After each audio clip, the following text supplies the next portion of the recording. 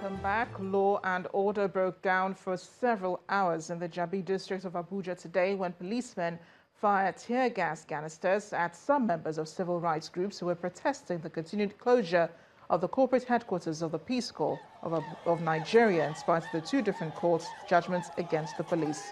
The groups who stormed the sealed office as early as 8 in a peaceful protest were demanding that the office located at the Jabi area of Abuja be opened for the owners in compliance with two judgments of the Federal High Court, Abuja. Trouble, however, started when armed policemen arrived in 5 pickup vans and ordered the protesters to disperse immediately. In the confusion that ensued, the police forcefully dispersed the group, which also had some officers and men of the Peace Corps.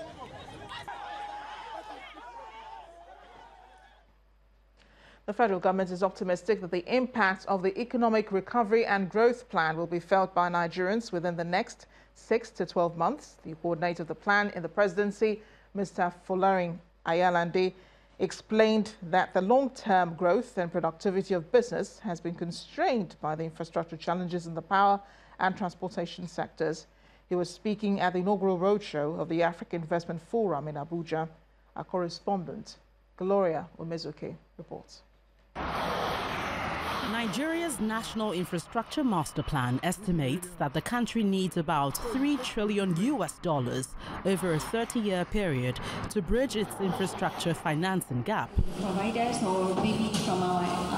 This is the first in a series of roadshows by the Africa Development Bank under the Africa Investment Forum, meant to mobilize investments to address the infrastructure deficit in the country. We will use our convening power as partners, Africa Development Partner, Africa Development Bank and our partners to make sure that the necessary policy environment leads to the various transformations, both from a project perspective as well as investor perspective. There's no doubt that we need to leverage strategic alliances and partnerships in order to remove common obstacles to finance, especially those created by the perception that investment in Africa is somehow more risky than comparable investments elsewhere. The African Development Bank is committed to the development of these effective public-private partnerships and has been developing new innovative financing programs, instruments, and partnerships to facilitate the financing and construction of critical infrastructure. For Nigeria, the Economic Recovery and Growth Plan is designed to boost investments in infrastructure and improve the business environment. The government is doing this through a private sector-driven investment. The long-term growth of the Nigerian economy and productivity of business has obviously been constrained by infrastructure bottlenecks, mainly in power and transportation, but also in other sectors.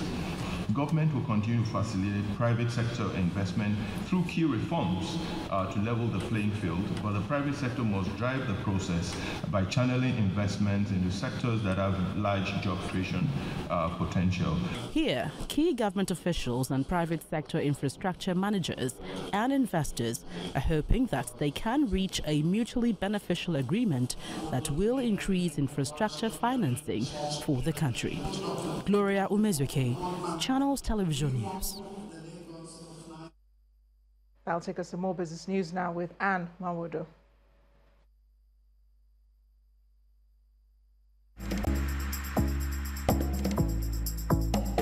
You first. First Bank.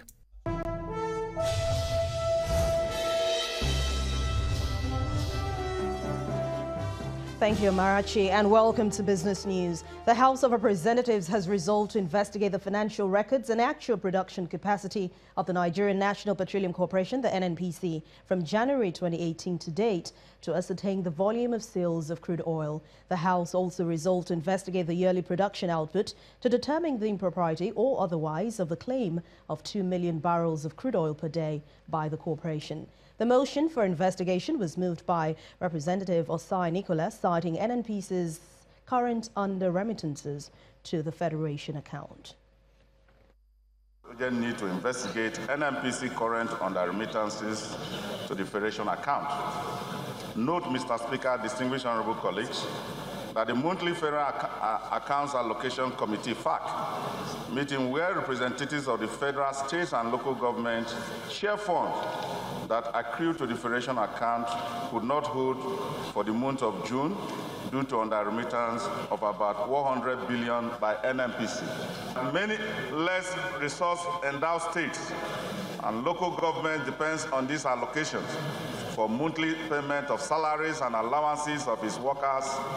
It therefore means that many Nigerian workers will not be able to get their salary for the month of June 2018. If you decide to look at the proceeds of only May and June, you may not be able to get the total amount of money.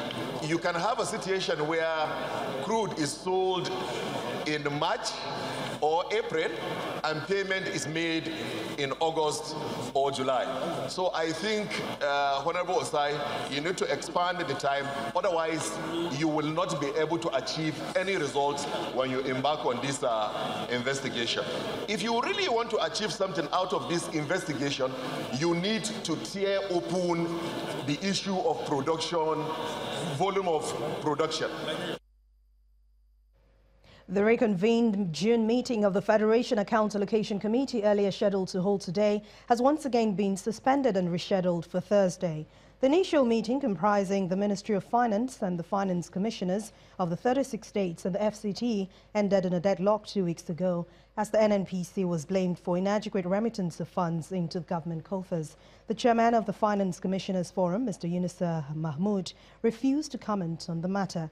The NNPC had refused to increase its remittance into the Federation account, citing constraints of joint venture cash calls, repayments, and under-recovery of prices of imported fuel, among other factors. The Central Bank of Nigeria today injected $210 million into the interbank foreign exchange market to meet customers' requests in various segments of the market. The CBN Isaac Okorafor says financial market regulator offered $100 million to authorize dealers in the wholesale segment, $55 million for the small and medium enterprises segment, and $55 million to end users. On the 3rd of July this year, the CBN supplied $210 million to meet requests in the wholesale segment of the Forex market. Let's now see how the local equities market fared at the close of trade today. It ended with negative performance across board as profit-taking hits major bellwether stocks. BC Adebayo has the details.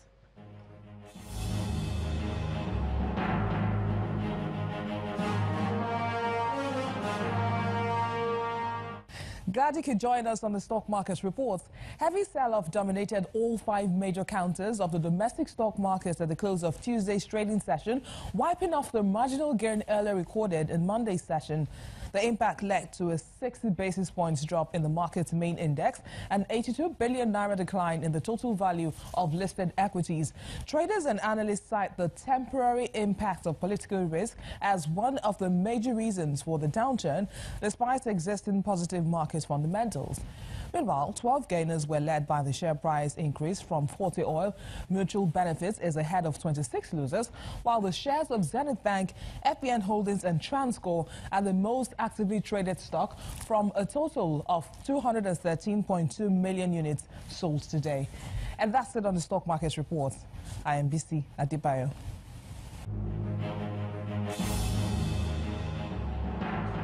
Thank you, BC. Well, as for U.S. and European stock market, it has closed today's trading session higher as earnings season takes center stage, but it's mixed closing for African and Asian markets. Let's see the numbers for today.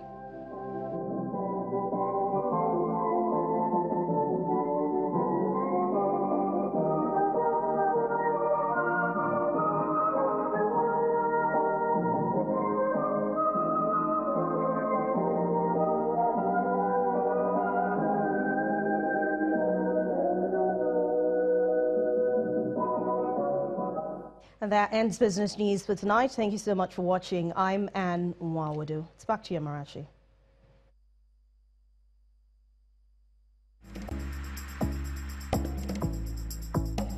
You first.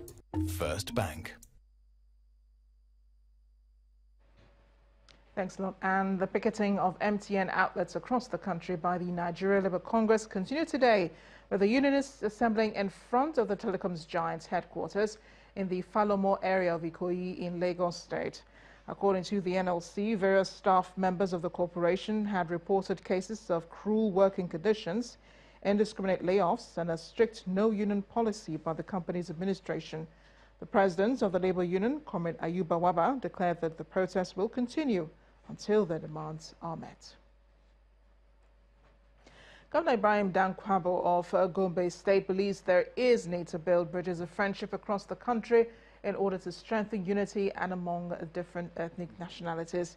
He emphasized this position during the commissioning of some projects executed by his Delta State counterpart, Governor Fayo Koa, including above all Circular Road in Ika South Local Government Area.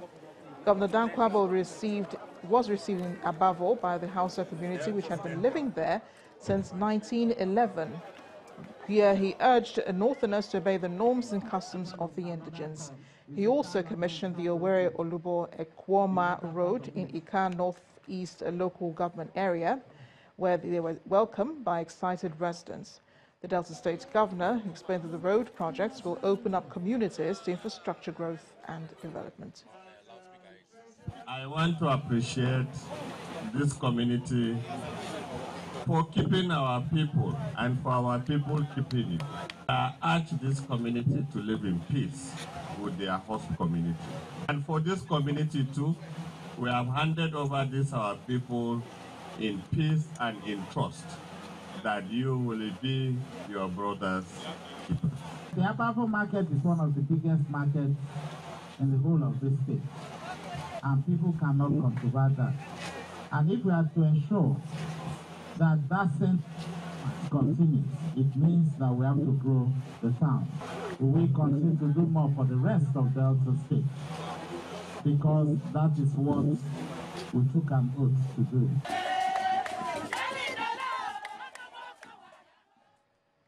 Still ahead on the news at 10, Real Madrid confirms departure of Portuguese superstar Cristiano Ronaldo to Serie A champions Juventus after 9 years at the Bernabeu for a reported transfer fee of $110 million.